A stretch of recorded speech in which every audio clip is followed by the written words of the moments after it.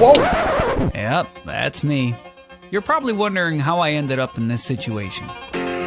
I have played a lot of Ark Raiders over the last weekend. A game that is going to be released in just a few days, next week on Thursday. And this game is receiving a lot of hype lately, and people are even making videos on TikTok asking the developers to release the game a few days earlier. And in this video, I wanted to talk about my time with the playtest, and I wanted to talk about the question, does the game deserve the hype? Or is it just another extraction shooter? What's good about the game and what's not so good about the game? And if you like my content and want to support my channel to a point where I maybe even be able to do that as a job, consider liking the video and even writing a comment or subscribing to the channel. And you could also leave a hype on your phone if you want to do that. Thank you. So what kind of game is Ark Raiders supposed to be? Well, Ark Raiders is the newest upcoming game by Embark Studios, the same studio that brought us the finals. A game that I absolutely love, and I have no idea why it's not like insanely huge. I don't get it. I really don't get it. It's a great game. This time, however, they are creating a multiplayer PvPvE extraction shooter from a third-person perspective. That is playing in a post-apocalyptic world where people are hiding and living in the underground because the surface of the planet has been taken over by deadly robots called Ark machines. And in order to survive, some humans decide to take the risk and become so-called raiders. And their job is to travel to the surface of the planet, try to find loot and extract safely back to the underground to feed their families. And as you might expect from human nature, raiders obviously don't just fight against Ark machines, but also try to kill and loot other raiders because no one is going to find out what happened on the surface anyway, so why not? And you as a player can create your very own raider in the character creation. But I gotta say that the character creation it's kind of there, I guess. Nothing crazy. Like pick a face, choose your skin color, hairstyle and hair color, body type, and that's it. I gotta say I was hoping for a little more depth to it, but I suppose that they're going to try and sell cosmetics, not just over the season pass, but we're going to talk about that later. And gameplay wise, you basically get from the game what you would expect from an extraction shooter. 5 minutes of looting and 25 minutes of insane paranoia and PTSD. Jokes aside, the game is a classic PvPvE extraction shooter, which means looting and hiding, intense minutes of third-person shooter combat using different weapons and tools, moments of making friends or enemies over the voice chat, and ultimately the thrill of survival and going out of a game with something or nothing. And before I go into too much detail, let me tell you, the devs have been cooking with this game. So if you just want a quick answer if I recommend the game or not, yes, absolutely. 100%. If this game would be a meal, Gordon Ramsay would be very happy with it. Well, that was the worst comparison I've ever made. Jesus Christ. All right, let's start by talking about the graphics, the atmosphere, and the sound design. And I have 3 words for all of that. They nailed it. If I had to choose the best argument to play the game, it would be exactly this. The game looks amazing and is absolutely clean. The atmosphere is insanely immersive and they have created a very unique game world where everything like the weapon designs, the clothes or the Ark machines fits together perfectly. And all of that is rounded up by one of the best sound designs I have ever heard in that game genre. If not the best sound design in a multiplayer game. It is absolutely clean, it fits the game, the 3D audio is just insane, and honestly, I mean, just listen yourself.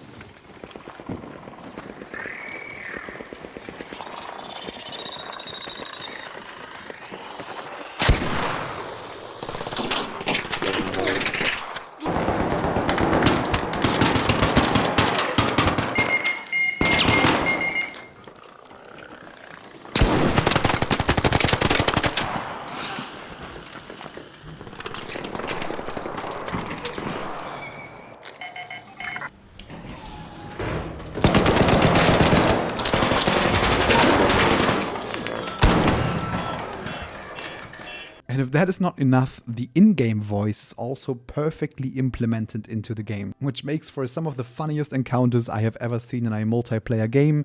I mean, just look at this clip that I found on TikTok.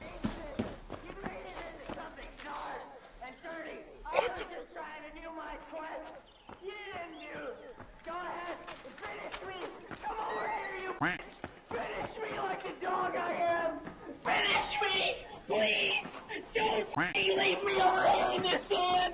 You treat me like a weird little thing. Finish me. That's not my buddy. I don't know that man. Kill that man. I don't know who that is. He's hiding behind the wall like a dog. Like a dog. Come over here and finish me. He's not gonna finish me. He's running down the hill. Come over here and finish me. You! I was just running around trying to do my goddamn fight. Finish me! Thank you! Thank you! So if you play the game, do me a favor and just talk to other people that you meet in the game. Trust me, it will create some very funny situations. Because honestly, you don't always have to kill each other on sight. You can also try to talk to other players, and you can even team up with them. And the cool thing is that this game actually offers in-game functions to team up with random players that you meet. Besides that, there are so many amazing details. You clearly feel that they wanted to nail every single bit. For example, if you reload your gun, you can actually see the shell jumping out of your weapon, smoking and bouncing over the floor. It is just chef's kiss. From a technical aspect, the game runs smooth and I didn't have any issues so far, but I'm running a very strong rig. But I haven't heard of any technical issues from other players. Unless you're not playing on your fridge, you should probably be fine. But if your PC is like 20 years old, it might be a problem. So the next question is, how good is the gameplay of Ark Raiders? And again, it's amazing, but with some problems. So let's talk about it. First of all, the weapons play and feel very good and balanced. The animations are clean and they even allow to chain certain animations together, which just feels insanely high quality. And the game just gives you so much good feedback for everything that is happening. For example, if you knock someone down, they are going to shoot a red flare automatically, which you can clearly see and hear. This is both positive feedback for you that you actually knocked them over without unnecessary text in the UI, but it also helps your and their teammates to assess the situation, and it also attracts other teams. So I think that's a great way to mark a kill. The movement in the game is also just perfect. There's running, dodge rolls, sliding, climbing, but everything has weight to it. I mean, you can't just glitch around like Call of Duty, for example. The animations need time and they have weight to it, and every move you make should be thought through. The only thing that's missing is the option to lay on the ground. I mean, I get that they want more action in the game, so I think that might be the reason. They want less camping and stuff like that, but it's not in the game. Another thing that I like about the gameplay is how terrifying these Ark machines are. You might be able to deal with a single drone, but you should be worried about the big drones, and especially that one spider thing. Whoa! These Ark machines add a layer of difficulty to the game that just feels right. Sometimes they force you to reposition or even disengage from PvP combat, and also force you to move around the map carefully and quietly. And I think that they are just perfect. Absolutely perfect. Another thing that I absolutely like about the game is that you can't just one-shot other players or get one-shot. Because I hate nothing more than looting for 20 minutes just to get one-shot from 2 miles away from someone with a super duper premium hyper sniper rifle. You can basically have a shield equipped, which allows you to survive some damage, ultimately giving you the opportunity to react to engages and to unexpected situations and find some cover. And I gotta say, I love that. I mean, I know some people don't like it. I don't want to play 20 minutes for nothing. So far, in my eyes, the time to kill feels just right, and I hope that they keep it that way. Outside of the active game, I feel like they've also made some right decisions. One thing that I absolutely hated about other extraction games is the fact that they wanted you to play Tetris in your storage just to put items into it. Like, if I want to play Tetris, I'm playing Tetris, but I don't want to play Tetris. I want to play a shooter, so come on. With Arc Raiders, however, they made the storage simple and easy to use. Maximum slots, maximum carry weight in your inventory, just drag items over to one of the slots. That's it. And this is one of the many aspects in the game where I feel like the devs found the perfect balance of making it simple and still complex enough so it doesn't feel too simple. So none of the systems feel overly annoying. So you might ask yourself, what is the problem with the gameplay? Well, it's pretty simple actually. The third-person perspective is in fact a problem. I mean, don't get me wrong. I love third-person perspectives way more than first-person. Like, I always prefer to go third-person in any game, but it comes with a problem. Because you can just peek around walls and corners without being seen, which allows for some easy kills against people that don't see you coming, which ultimately benefits a camping playstyle that might annoy some people. For example, check out this clip of me being a very bad person.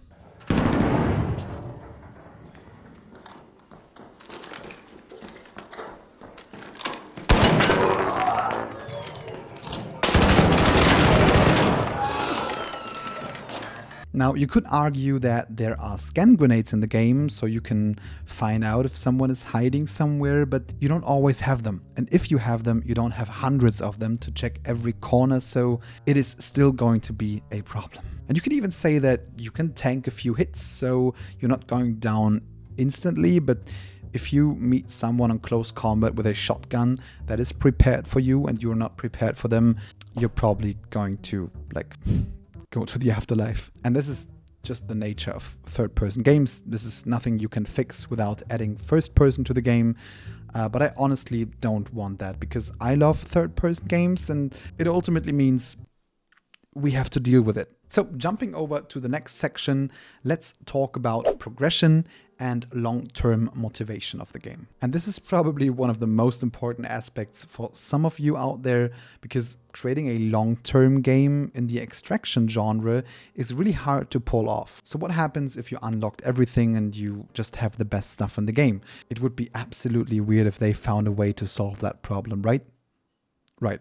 But they did. So first of all, there is a progression system in the game outside of the matches, because you can upgrade your character traits in the lobby, like being faster while crouching, healing faster, like reloading a little faster and stuff like that. And beyond that, you have to build and upgrade different crafting stations in the lobby, which allow you to create stronger weapons and better items and stuff like that. But what happens if you technically finish the game and you built every crafting station and upgraded it to the maximum level and have skilled all the skills? Well, most extraction games fix that problem by just doing seasonal wipes. They are wiping everyone's progress from season to season, but I think that is... Arc Raiders, however, is using some type of prestige system. When you finished upgrading your crafting stations, you basically have the optional choice to reset your progress. And as a reward for doing that, you will unlock different cosmetics that are only available through resetting one or multiple times, and also account-wide buffs helping you with your next cycle. And if you ask me, that is probably the best solution that they could have come up with. But what do you think about it? Like, would you reset your progress for cosmetics and account-wide buffs? And do you think this is the best solution? Please share your thoughts in the comments section below. I'm like really curious. Now, let's talk about the last elephant in the room, which is the monetization. So first of all, I gotta say that the game is going to be a buy-to-play game and it will be priced at $40, which is absolutely fine. And it's specifically good to like scare hackers away from the game, because if they get banned, they would have to rebuy the game. So most games with lots of hackers are free-to-play games. So that's good. However, I have already seen that they are going to have a season pass in the game. And beyond that, your outfits of your character are basically just a single skin. And the beta had a shop tab in the main menu, which was locked for the beta, so you couldn't open it, which probably is going to sell other cosmetics as well. And while I personally prefer a buy-to-play monetization system with a season pass, I think the combination of these two things should be enough. And if they decide to go buy-to-play and add a season pass and also add a shop for cosmetics, I think that could result in some negative feedback from the community. I mean, I could be completely wrong and I misunderstood the monetization system, so don't quote me on that, but that's how it looks. And I seriously hope they make the right decision. In my eyes, there are only like 2 acceptable monetization systems in the gaming market. The first one is buy-to-play games with a optional subscription or a season pass to allow for like long-term content to be delivered by the developers, or a free-to-play system without pay-to-win with a shop for cosmetics and maybe a season pass. But again, I would love to hear your thoughts on this topic. So do you think this is too much, or do you think that's absolutely fine? Please leave a comment in the comment section below. And I thought about making a video about the topic of monetization in the gaming industry. Let me know if you think that that would be a great video idea. I don't know. I just thought about it. But now let's summarize the pros and the cons for Arc Raiders, so you know if the game is something for you or if you want to skip it. Starting with the pros.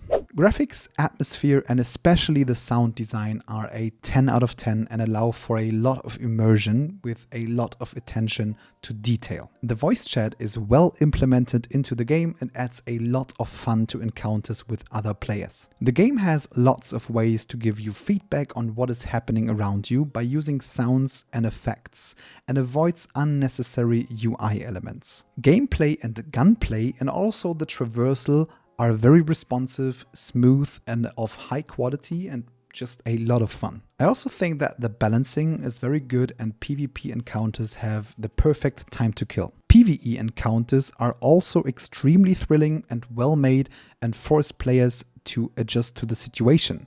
You can clearly feel why these Arc machines are a threat to humanity. And I also think that they have made the right decisions to simplify some of the gameplay elements, like the storage system, for example, without taking out too much complexity, just finding the perfect balance. The game also offers a progression system, has no seasonal wipes, and offers a prestige system with great rewards that encourage players to reset their progress, giving them some long-term motivation. And lastly, there is no pay to win. I know it is sad to mention this in 2025, but we can be happy about fair games. Let's jump over to the negative things. First of all, there is no PvE only mode, which might be a turnoff for players that want to avoid PvP encounters. Beyond that, the third-person perspective benefits a camping playstyle, and this might lead to some frustration for some players. And lastly, not fully confirmed, but they could eventually make the wrong decision about monetization, because having a price to buy the game and a season pass and a cosmetic shop in-game at the same time is a little too much, at least in my eyes. But this is not fully confirmed. I think that it could happen. But now I would like to know your thoughts about the game. Did you play the last beta, and are you looking forward to the release next week on Thursday? And what are your thoughts on the third-person perspective and the camping problem, and also the potential monetization that I just spoke about? I always love constructive discussions, so please stay constructive. Leave a comment in the comment section below and I will try to respond to all of the comments. Speaking of monetization, did you know that NCSoft wants to add pay to win to subscriptions with a total price of $50 a month and a cash shop to Ion 2? I made a whole video on that topic, and honestly, NCSoft is doing some weird stuff and someone is trying to get this company closed as quickly as possible, and you should know about that. So I made a video. Check it out.